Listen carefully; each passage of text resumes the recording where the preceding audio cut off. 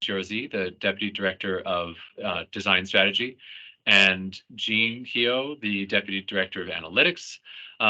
We also have Jen Leone, our Chief Sustainability Officer. From her team, Daphne Nizrachi, the Manager of Sustainability Programs, and Jasmine Reed-Harris, the Sustainability Analyst. And we're also joined by Alan Zaretsky, the Director of our Climate and Social Resiliency Planning and Policy Group, and Michael Nicholas from his team as well. So sizable team on our side. They will be sort of jumping in along the way as we are discussing. But in the meantime, I'm going to go ahead and jump into the presentation here. And anybody on our team jump in with questions. For everybody else, we will have a sort of Q&A session at the end. So yes, we are very pleased to announce the HPD New Construction Design Guidelines that were actually posted on our website last week, are live now. There'll be official announcement coming out any minute now or any day now from our comms in HPD. But this is the product of a long process that some of you have been a part of, and we're happy to finally announce that these are published.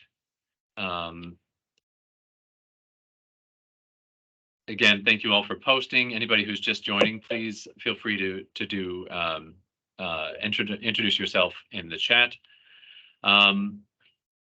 A big part of the impetus for our design guidelines, for this update to our design guidelines, is the agencies and the city's commitment to decarbonization. There are a number of local laws coming into effect and a number of goals that the city and agencies share. And so a big part of what we have changed in this version in comparison to previous versions is relating to those initiatives. Along with those initiatives, the Adams administration has also been working on the Building and Land Use Approval Streamlining Task Force, the BLAST process, to streamline city services with an eye toward our partners, development partners in the case of HPD in particular, and finding ways to streamline our process and what we do. One of the most significant laws that we're responding to is Local Law 154, the electrification law, that has various benchmarks for implementation. We are trying to get ahead of it a little bit, and certainly not to fall behind it. And those deadlines are coming up fast approaching.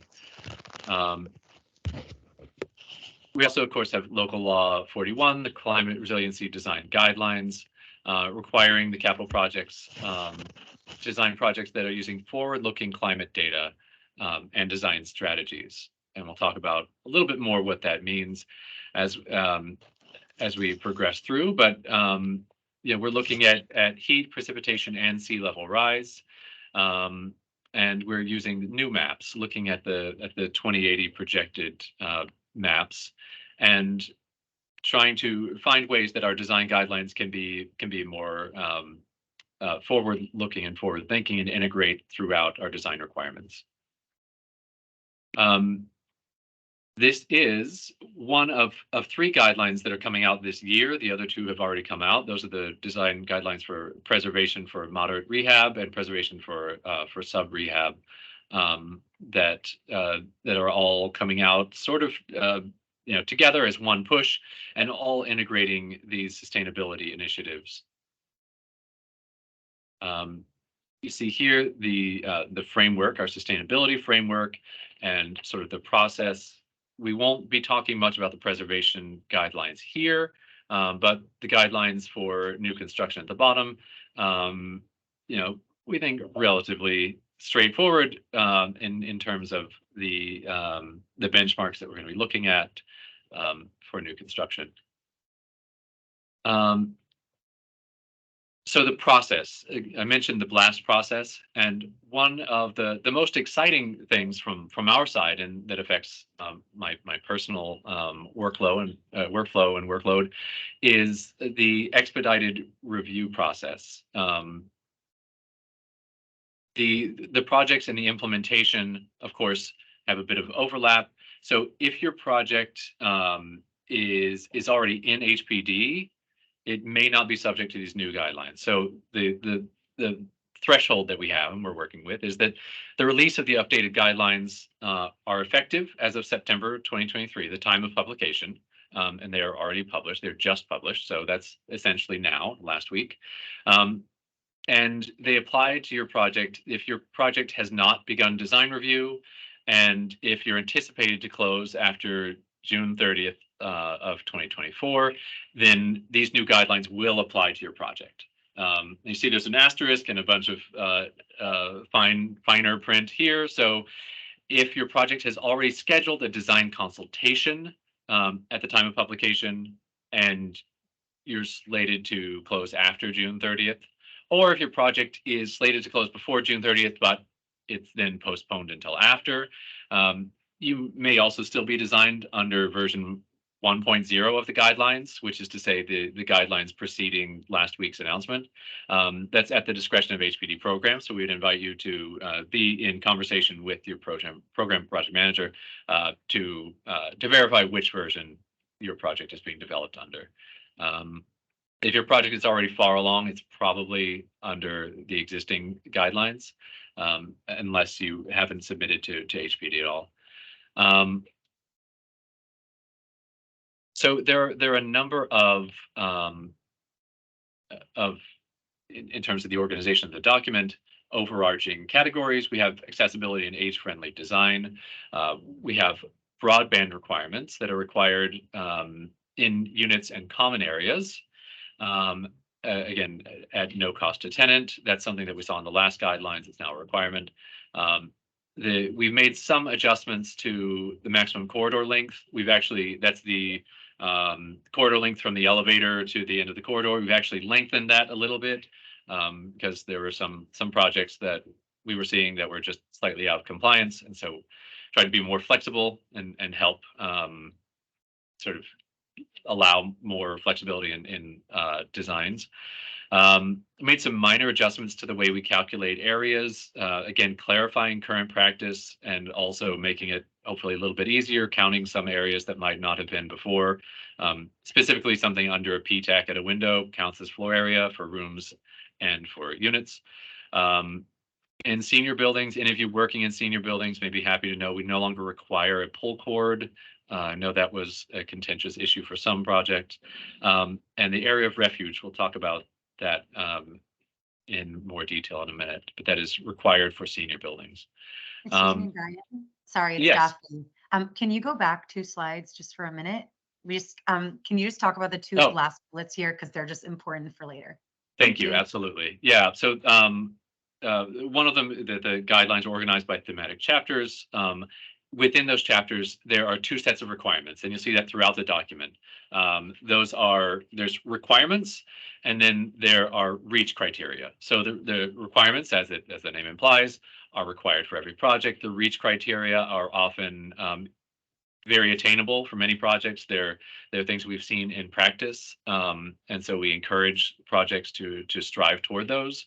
But we have made the effort to clarify in our guidelines to separate it out as clearly as we can, which is which. And then the second point, and this is a very important point, particularly in this phase of transition to the new guidelines, design waivers will be available. We will be looking at what those look like and the timing for them. But if you have a project that is subject to the updated guidelines, but for whatever reason, because of where it is in the process, because of some technical or even financial constraint, is unable to comply with an aspect of the guidelines, we do have a waiver process for that. That's something that we'd be looking at early in the process to identify, so we know what we're reviewing for. Thank you, Daphne. All right, so sustainability requirements. So all projects must include high efficiency electric heating, cooling, hot water, and appliances. Again, as noted, waiver requests are allowed for this requirement, but that is the requirement. If there's parking, required to have EV charging. And then optional reach criteria for more ambitious goals include up to passive house certification, but that is not a requirement within the guidelines. In resiliencies, as I alluded to earlier, we are requiring projects to use the 2080s sea level rise adjusted design flood elevation. We do have a link to the maps, the flood hazard maps, within the document, so it's hopefully very clear which projects fall and which don't fall within that. So this is beyond building code requirement, sort of future proofing our investments. Again, for residential units and mechanical. And again, particularly in this time of transition, waiver requests are certainly allowed for this requirement. Requirement of raising the residential units for areas of stormwater flooding as well. Place of refuge. So the place of refuge is something that we've seen in a number of projects. It is not required for every project. It's a reach criterion for most projects, but in senior buildings or buildings with more than 50% senior units, it is a requirement. And what this is place of refuge.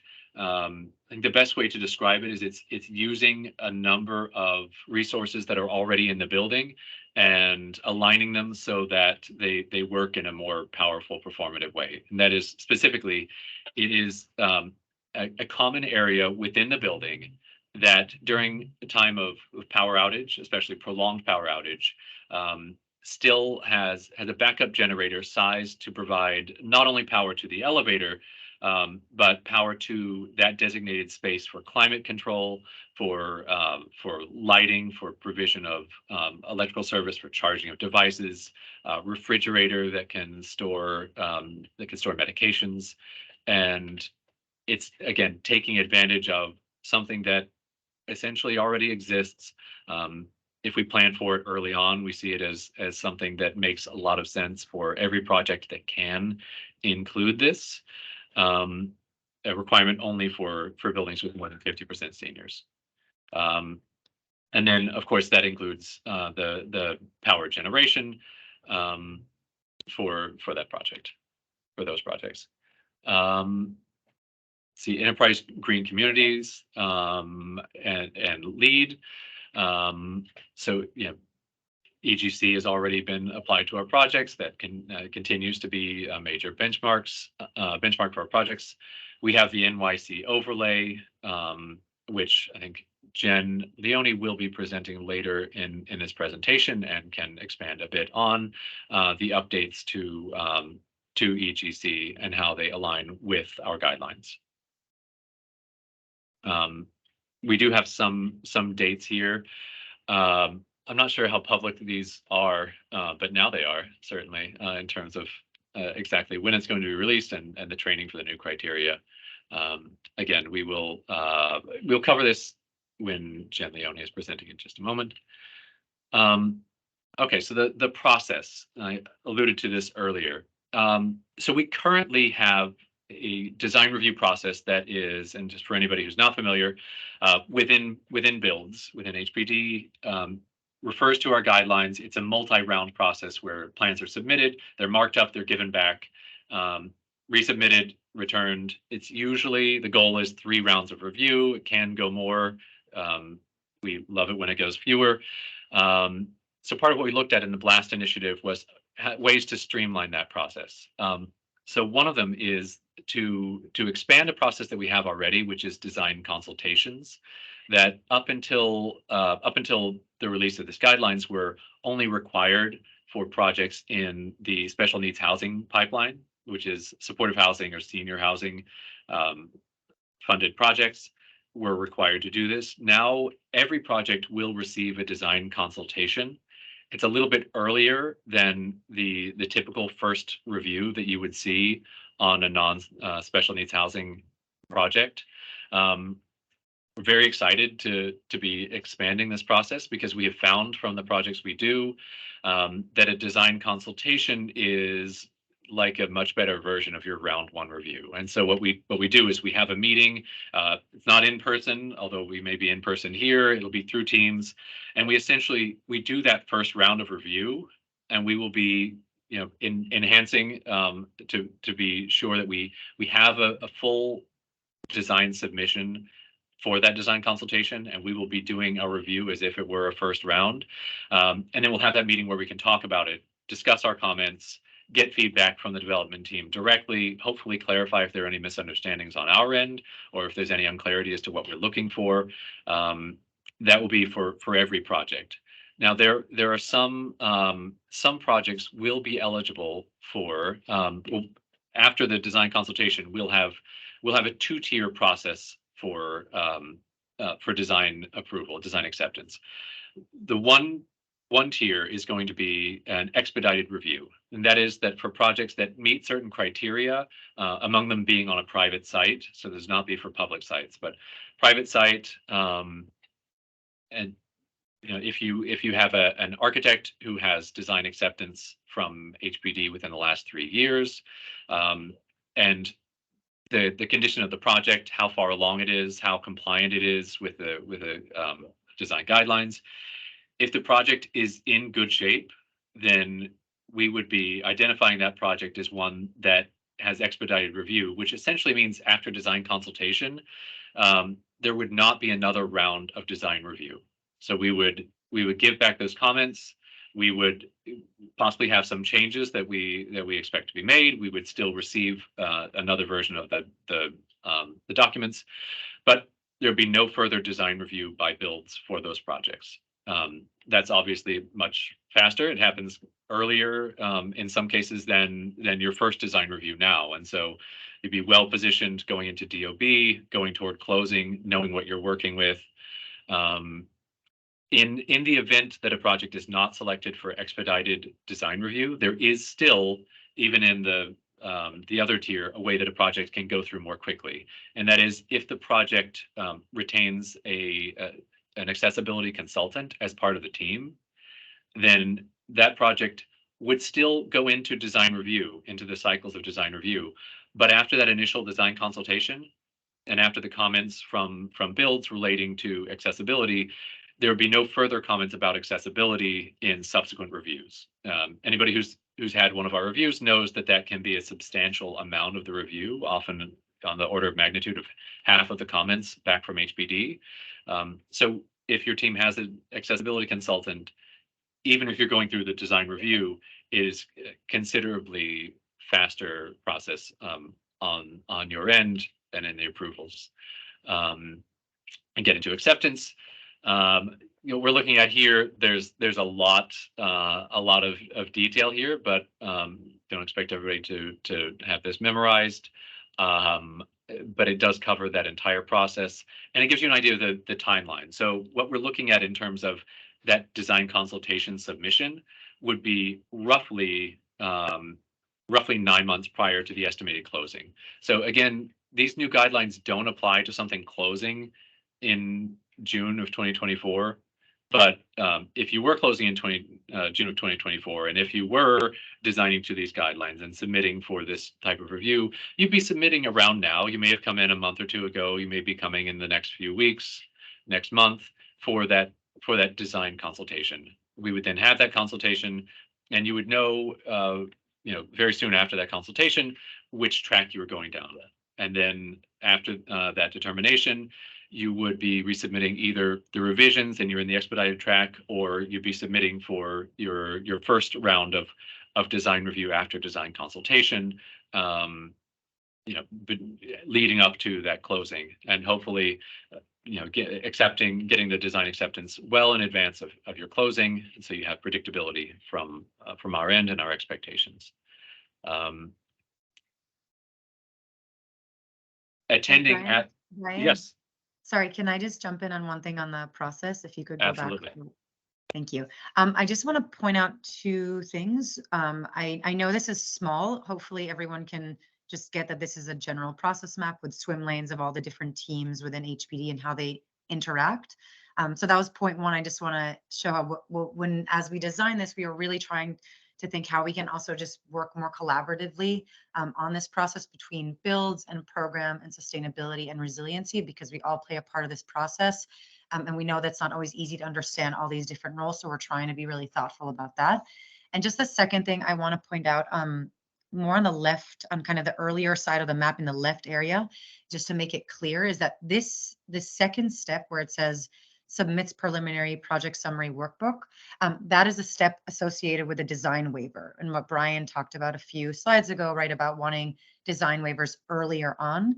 So that essentially means that design waiver requests should come in before a design consultation submission, which from the development team, from all of your side, that would be the next big step. So, right, you're reviewing the new guidelines, you're familiarizing yourself and what you know about your sites. And that would be the point where you submit the design waiver, which will kind of even show more in detail in a few slides, where you'll see the actual workbook that includes the waiver request. But just so you know that it comes to this stage, it's submitted to the sustainability team. We review it along with resiliency and builds as applicable, and we will notify you of what the determination is, and that will affect your next submission for the design consultation checklist. Thank you. Thank you, Daphne. Attendees at these meetings, so we will, again, we want to get you all the information that you will need to know for this project as early as you can for the consultation to be effective and to help the project as it moves through HPD. So we will have builds. We'll also have HPD program. We'll have representatives from sustainability and resiliency as applicable, so depending on the particular needs of the project, and of course the project team. So everybody in the same virtual room looking at the project together, and hopefully getting the project much further along than just a round of comments submitted back to the development team would accomplish.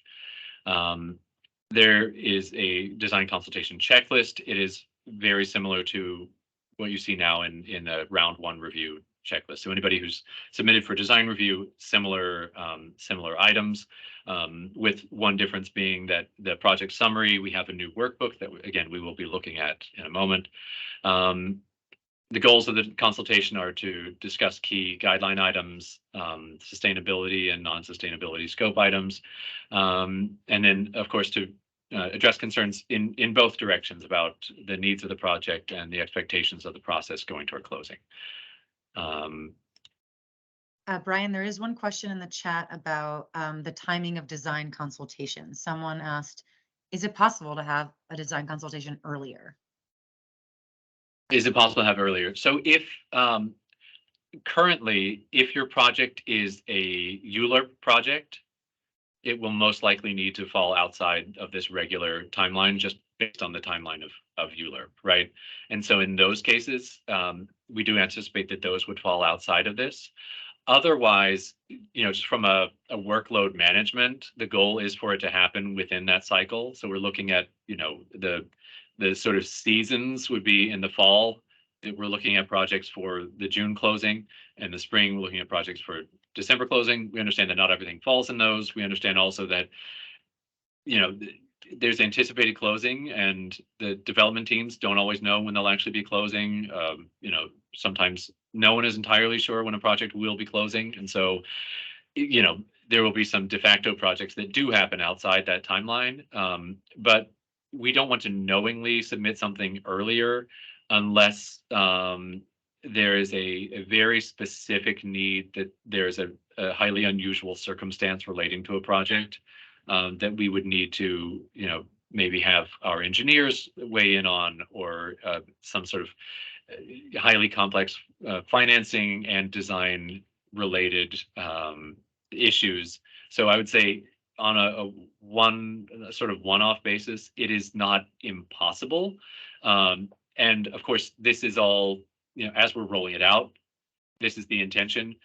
It's perfectly possible that at some point we'll have a 2.1 that could lay out when that might happen at some point in the future. But for now, we're looking at the timeline that's described here. For most projects, it's about 9 months of anticipated closing. Before anticipated closing, that's when we'd be looking for it. And Brian, can I jump in for a sec? Absolutely. Hey everybody, this is Jen Leone, Chief Sustainability Officer. If anybody has any concerns, right, you want to talk about like whether a design waiver would be applicable, or just need real clarification for something in the guidelines before you sit down and spend a lot of time putting pen to paper on a design, you can certainly reach out to our team and we could talk about that, so that, you know, time is not wasted between starting a project and design consultation. So I just want to let people know about that. That's a great note. Thank you, Jen. Yeah, for the consultation itself, it involves, you know, an extensive review by our staff, and then of course assembling a full team together to look at a project. But you know, that's what we want to sort of contain in terms of when we're looking at it relative to the pipeline.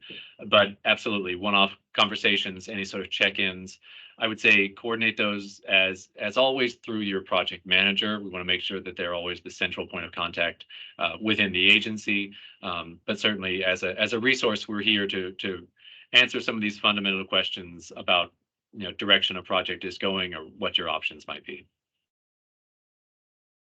All right. The workbook. So we have been using a PDF that at some point was a one-page PDF, and it grew into a multi-page PDF that contains a lot of the information about a project, which is useful for the agency in terms of tracking projects, tracking trends, and keeping information about these projects. But obviously, a PDF is not the best format for a database. So as that has grown, and as our needs have changed, we have developed the project summary form, which is the workbook. I'm going to stop sharing and then share a live version of that workbook, because that is sort of the best way, I think, for us to understand what we're actually talking about here. A lot of thought and effort went into the development of this, so we hope that you appreciate it as much as we do. And while you're pulling that up, Brian, we have another question in the chat. Will there be waiver consideration for multi-building master planned projects that already have large scale planned city, sorry, I think that's supposed to be city planning approval with buildings schematically designed based on current design/resiliency standards? Great question. So, you know, that would be, I think that would fall under the category of waivers, but with the caveat that if there's a decision that has been made that affects what can be done, affects the parameters of possibility for the development of a project, certainly that's something we would consider. Usually there's quite a bit of flexibility left after that sort of decision. And so for a large scale plan, you know, many of the things that we'd be talking about would still be just as germane, regardless of that. But yes, right, certain massing decisions that have been made, similar to when a project has gone through ULURP and has that approval, we understand that prior approvals sometimes constrain the universe of possibilities for design changes. And, you know, we would, you know, as we do now, would understand that our feedback has to exist within that.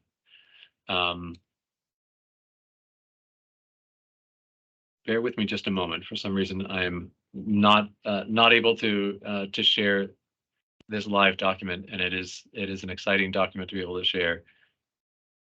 Daphne, if you can figure out how to share on your end, I don't want to slow down the flow of the presentation for this. No problem. Let me see 1 second. Can everyone see my screen? Yes, perfect. Do you mind driving while I talk about it? Would you like to discuss? You can start, and then I'll join as you continue. Perfect, thank you. All right, so you see it's organized here. There are a number of tabs along the bottom. The first sheet, and we would invite anybody new to the project summary to sort of start here. It outlines the process very schematically of what you will be doing. So the mandatory design consultation, who the contact is for that step, the design review, and then the enterprise pre-build and lead waivers, and then loan closing. So you sort of, this information is elsewhere, but it's a nice place to recap that. We do also have here the contact information. So if we can scroll down just a little bit, and this relates to that question that somebody had earlier about if you do need feedback here. So you have HPD sustainability, HPD builds, and HPD resiliency. Contact information here so that you can reach out with that question. Again, if you have a question, always have your PM copied. Make sure that your question is essentially going through the project manager. But this is a way for you to get some of that information relating to your submission if you do need it. There's a description here as well about how to go through the different steps of the waiver request, the workbook itself, and then certifying the workbook. And then some links, again, if you don't have them, just at the very bottom of this page to the guidelines, and then nicer to some external links as well, and then of course HPD build. So a useful page, we think, to have at the beginning. The next tab is the project summary. That any project, any submission will have this, and I say that. You see that the second tab there is design waiver. If you're doing a design waiver, we still would need first to have this project summary so we know which project it's in reference to. So this is the first step for anybody submitting for any purpose, a project summary. This contains a lot of the information about the project. We think that this is the version of the form that best contains the universe of projects that we look at. And that is most reflective of those priorities. Hopefully, it is fairly intuitive for you to use for your project. Again, we certainly would welcome feedback on this as we roll it out, as it is a new tool, one that we're very excited about, but also one that is new. So here's where you would put all the project information, project level information, and where we would be looking at essentially anything that relates to the project overall. So if you have a cluster, this would relate to everything. Within that cluster, the upper portion is about the building. In blue, down below, we have some of the sustainability features, again, relating to the project as a whole in its entirety. And then we have a space at the, and I won't go into too much detail about these, but again, we think they're intuitive. We think it will be an easy tool for you to use. If you have questions, particularly now as this is new, reach out, let us know. And then at the bottom, a space for the signatures for the submission. Then, Sorry, Brian, one thing just people can't see right now, just because this is a view only, just of this Excel, is that for many of these questions, it's drop downs. So you can't see that right now, but for many of these, it's just right. You'll either put yes, no, some buildings. So we're trying to make it, and all these gray ones are auto populated from a different tab. So we're trying to make it easiest as possible as you're filling this out, because we know it's a lot of information. Thank you. Good notes. And then at the bottom, you see here, there's the tab, as we mentioned, for design waivers. So again, this is something we would expect to see at the beginning of a process. This is the form you would be using, and you would be submitting this at a minimum. You would have the project summary and design waiver at the time that you're submitting for design waiver, and then, again, you can put what is the waiver that you're requesting and the reasons why. Any additional information that would be useful for our PMs to know as we go through this and evaluate, so that, again, there's a lot of clarity up at the beginning and documentation in terms of any potential non-compliance, so that you have on record that a waiver has been accepted. So again, you have greater predictability going forward, and it's documented. Daphne, anything you want to say in particular about the design waiver process? No. Nope. Okay. No, I think that's covering. That's good. Okay. All right. I'll move to the next one. All right. So the next is the project level unit distribution. which for design review will be very important. We've color coded it and separated out, so you have your totals. We also have your section 504 units only. This is a way for us to standardize the input. Obviously, please make sure this is coordinated with your drawing set. Probably goes without saying, but when you resubmit, if there are any changes, make sure to resubmit in both places.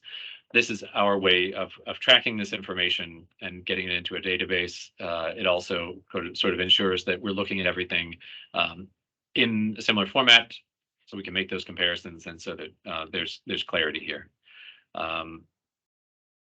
And then building level tab. There's a lot of information here, and we know that some projects are one building, many projects involve a cluster of several buildings. And so there are a lot of rows, and then the columns reflect any aspect of the building that is important for us to know for our reviews and to document. So you have the building parameters, borough, block, and lot, the location, number of dwelling units. You get into the square footages of the different areas. So we have that again laid out in a format that's consistent throughout programs, throughout projects.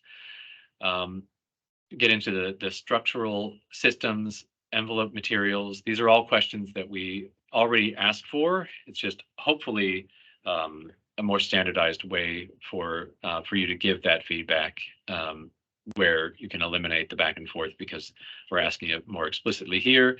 Active design features, building performance, flood and heat risk requirements, information about the HVAC system, appliances, metering, renewables, and other items. So a lot of questions that we need to know on a building level. But again, once we have that information here, it eliminates the need for every team to provide it in their own format every time, and for us to ask the questions every time. So again, we think it's a very powerful tool.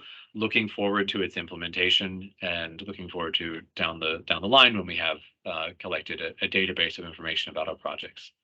All right, and we can go.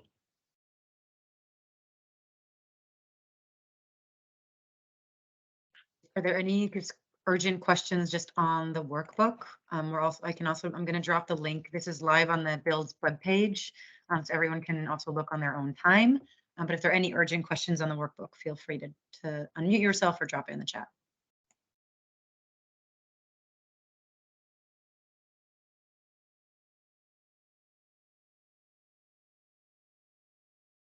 Thank you, Dabna.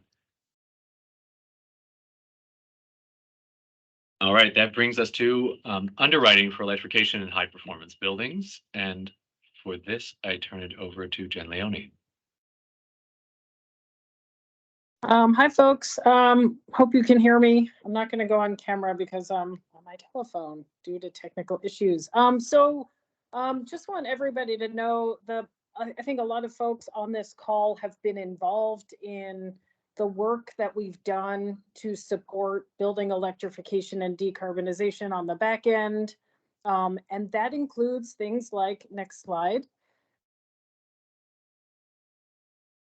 items that we've now placed on a special web page called Underwriting Electric and High Performance Buildings. So in the past couple of years, at the request of many of our stakeholders, we've developed the kind of underlying standards that we need for these projects, not just about underwriting electrification, but really making sure that we know how to integrate it into our projects in terms of budgets and energy accounting and so on.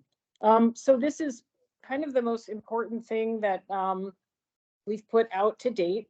In the past year, we have, it's actually HDC who released electric maintenance and operating standards for buildings. I think many people on the call are familiar with this already.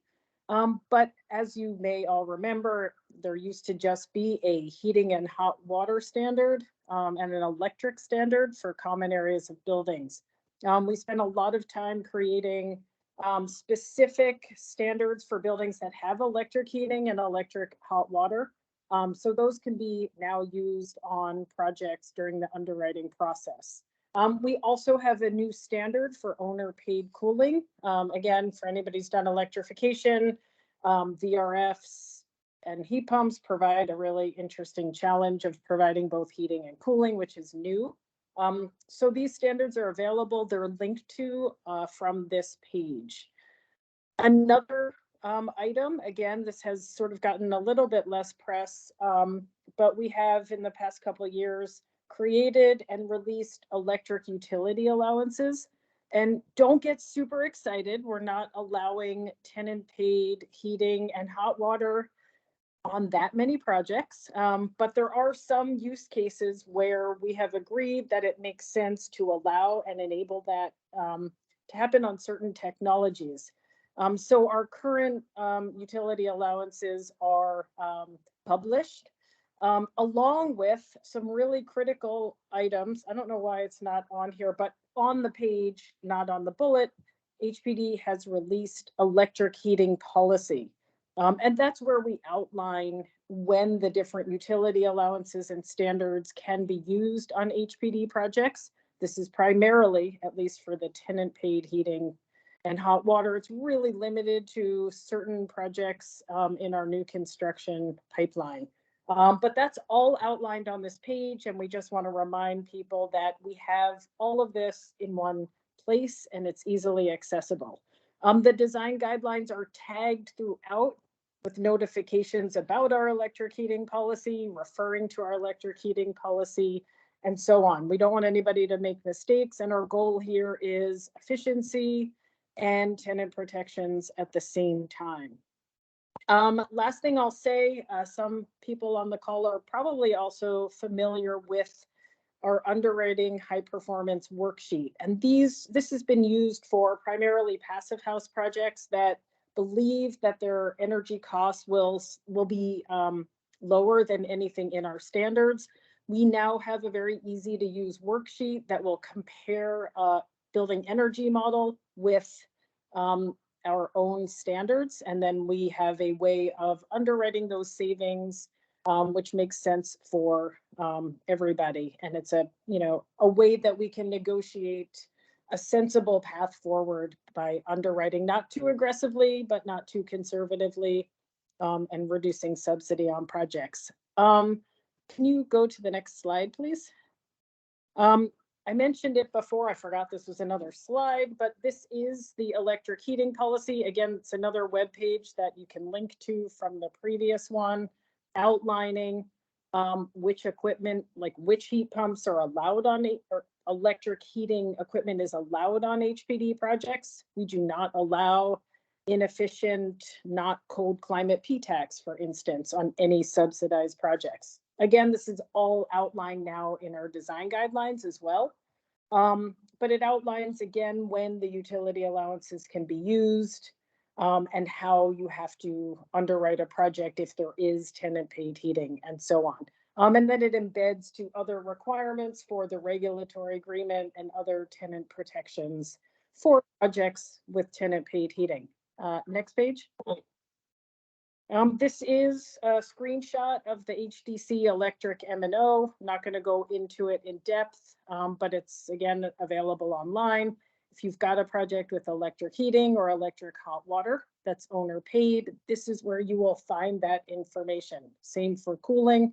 And it's unlike before, you can mix and match electric heating, gas, hot water, and so on. So it's a little more nuanced than before. Next slide. This is the current utility allowance table. We've got allowances that sort of work in partnership with the old Section 8 NYCHA allowances that most people are used to seeing. We've clearly designated which items are the same as NYCHA allowances, which allowances need to replace the NYCHA allowances. In some cases, we don't totally agree on the electric heating numbers for a number of reasons. And then finally, the cold climate heat pump allowances for high performance projects where it's allowed. One thing to note, the 2023 allowances and M&O standards are up, but we are, as always, working on 2024 numbers as well to account for things like rising utility costs and so on. So stay tuned. People will know when these have been updated. And let's see, do I have another slide? Oh, last item on my agenda, I believe, is the underwriting high performance worksheet. Again, this requires the energy consultant and building owner to fill in part of it, and the HPD project manager to make sure that the room counts and the M&O standards are in there. It's a very quick little calculator, and as you can see, basically says, it compares the projected energy use from an energy model to the standard and just extrapolates it for the entire building based on the number of rooms in the building. And you may have seen this before, solar is underwritten a little bit differently than regular energy savings because it's just a little bit more predictable. Next slide. That's it from me. I'll give it back to Brian, unless you want me to talk through this slide. Yeah, go for it, Jen. Great. So what's next? More website updates are coming. We're trying to be really transparent. And if anybody's looked at our preservation design guidelines webpage, you'll see that we have a lot of information now. The worksheets are now available. There'll be FAQs about the design guidelines, process mapping, and other information that you need to know. Also, who to reach out to if you have questions. So stay tuned for that. Design consultations are now required for all projects, not just supportive housing. We've seen that these can be really great ways for everybody to get on the same page and get questions asked and answered early on in the design process. Next year, we expect that we'll have some updates as we refine our process and hear from folks about, if there are any friction areas. Last thing, this is sort of a fun announcement, but the HPD NYSERDA Future Housing Initiative, round 1, which was announced last summer, 8 projects were awarded for funding for all electric passive house, which is super exciting. It's meeting the design guidelines goals, particularly the REACH goal for passive house certification. And stay tuned for round 2 applications in early 2024. Yes, we still have more money to give away for the best in class buildings. Most importantly, where do you need to go for trainings? Enterprise Green Communities requires green building training. This has always been the case, but last year we released a new module, which can be alternated with the Healthy Homes training. Climate ready buildings.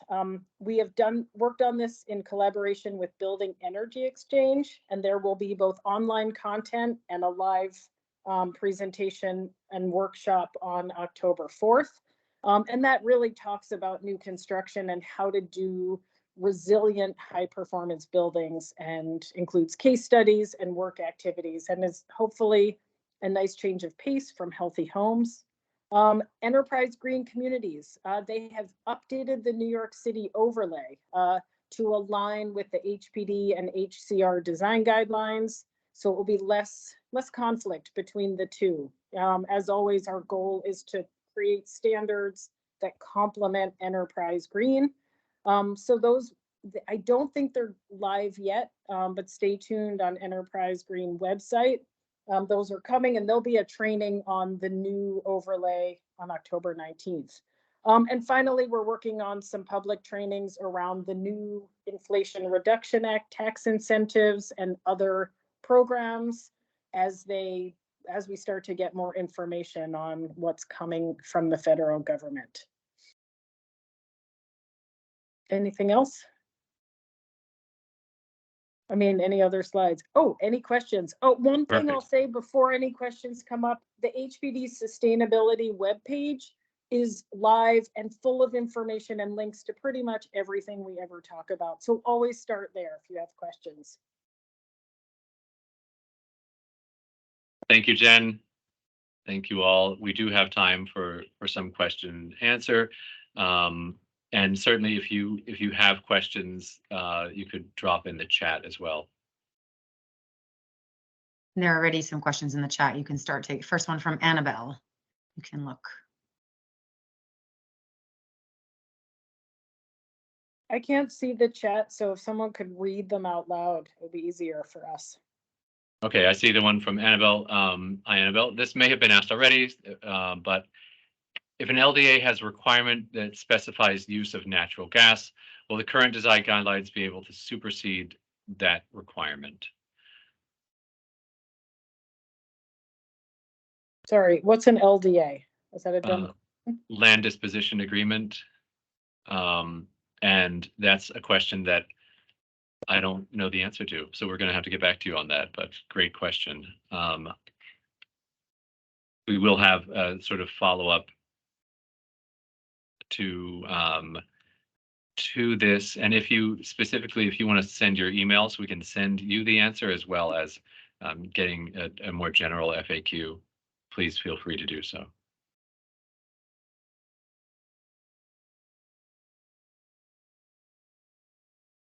We have another question in chat from Daniel.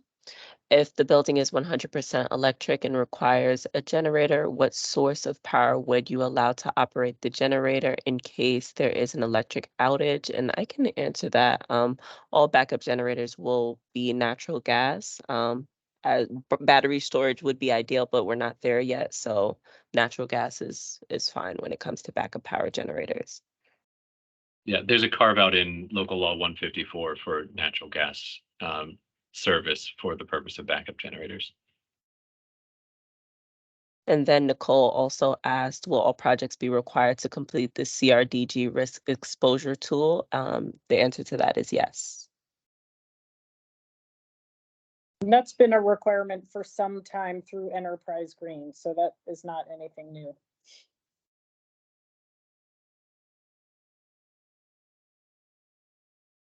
Sorry, I had a quick question. Just to jump on the electrical conversation, you mentioned that all electric appliances are required. Is that also applied to laundry dryers? Those can't be gas anymore? And hot water heaters. Hot water, yes, we're looking for electric hot water heating in buildings. Again, local law 154 outlines that pretty clearly, although there's a longer timeline. This is why we do have waivers, right? There are cases where it might not make sense for a particular building, like for instance, a commercial kitchen. In some cases where an appropriate dryer can't be found that makes sense on a project. But hot water heating, we're really looking to transition buildings off gas to the extent we can. Does that answer your question? Yeah, and then the laundry dryers, those are those, yeah. As they become more commonly available, yeah, we'd like to see gas laundry equipment as well. We do understand near term that may not always be possible, and we would certainly consider a waiver. Thank you. It's important, though, I think, for everybody to think about the long goals, which is eventually you won't be able to get gas appliances in the future, and we need to be thinking about electric readiness when when electrification is not being pursued at the moment. We have a question about EV parking. Is that in addition to the parking requirement in the zoning code, or does a portion of the required part need to be EV? We're not adding parking, right? So it's a portion of the required spaces that need to be EV. And quick note on that is there's legislation that keeps popping up that will eventually be decided upon, and that will supersede anything in our guidelines if it's more stringent.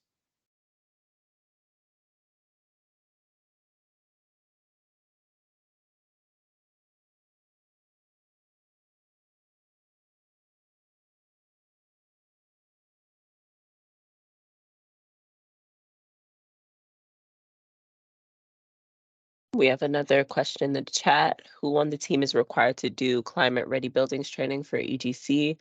Architects, dev, GC, all of the above. So it is architects, contractors, and the building owner.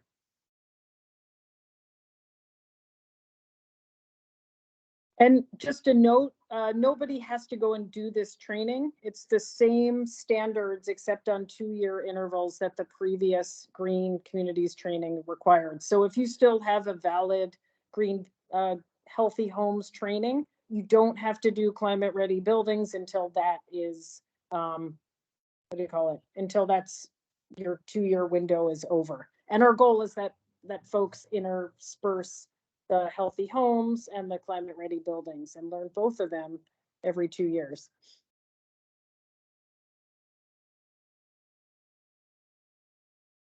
Another question, will gas connection be permitted for ground floor fit out use, such as for a future restaurant tenant?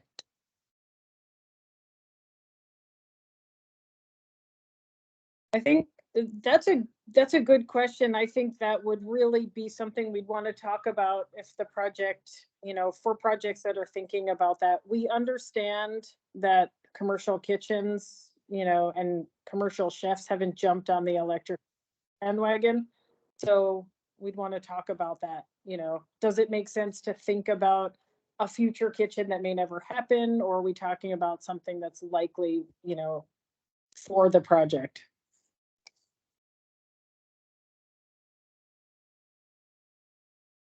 We have another question from Tyler. Can you review in more detail the nuances for combined heating/cooling systems? Example, VRF fan coil units, and acceptable methods to split payment between owners and tenants. That would take more time than we have the remaining 30 seconds. If you look at the design guidelines, we have, I believe it's in the appendix of the new construction design guidelines, some guidance on that.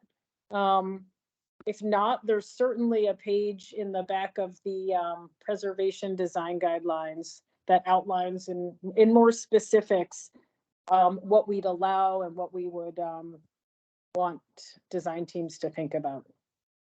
If this is a question you have more questions about after looking at that, we can certainly provide additional guidance. It's a huge and important topic.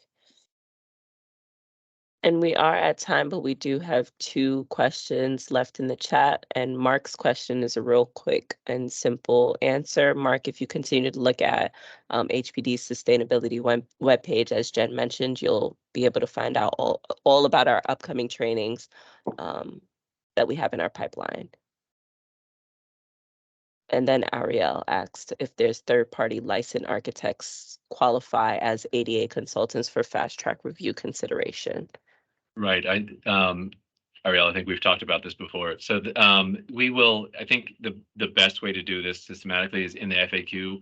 We'll describe the requirements for that. Obviously, an accessibility consultant is not a specifically licensed professional. So those requirements, yeah, we will. Let's leave that for the FAQ just so we can be consistent.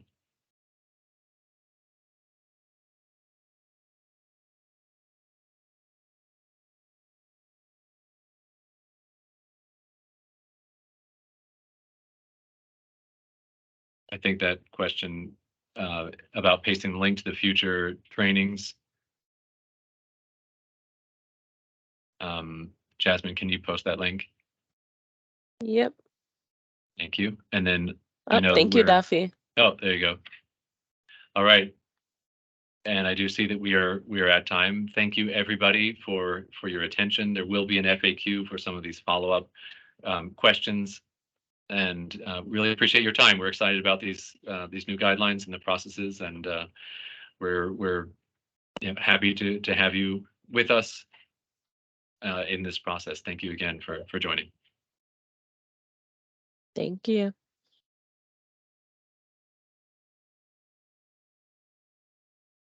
Bye.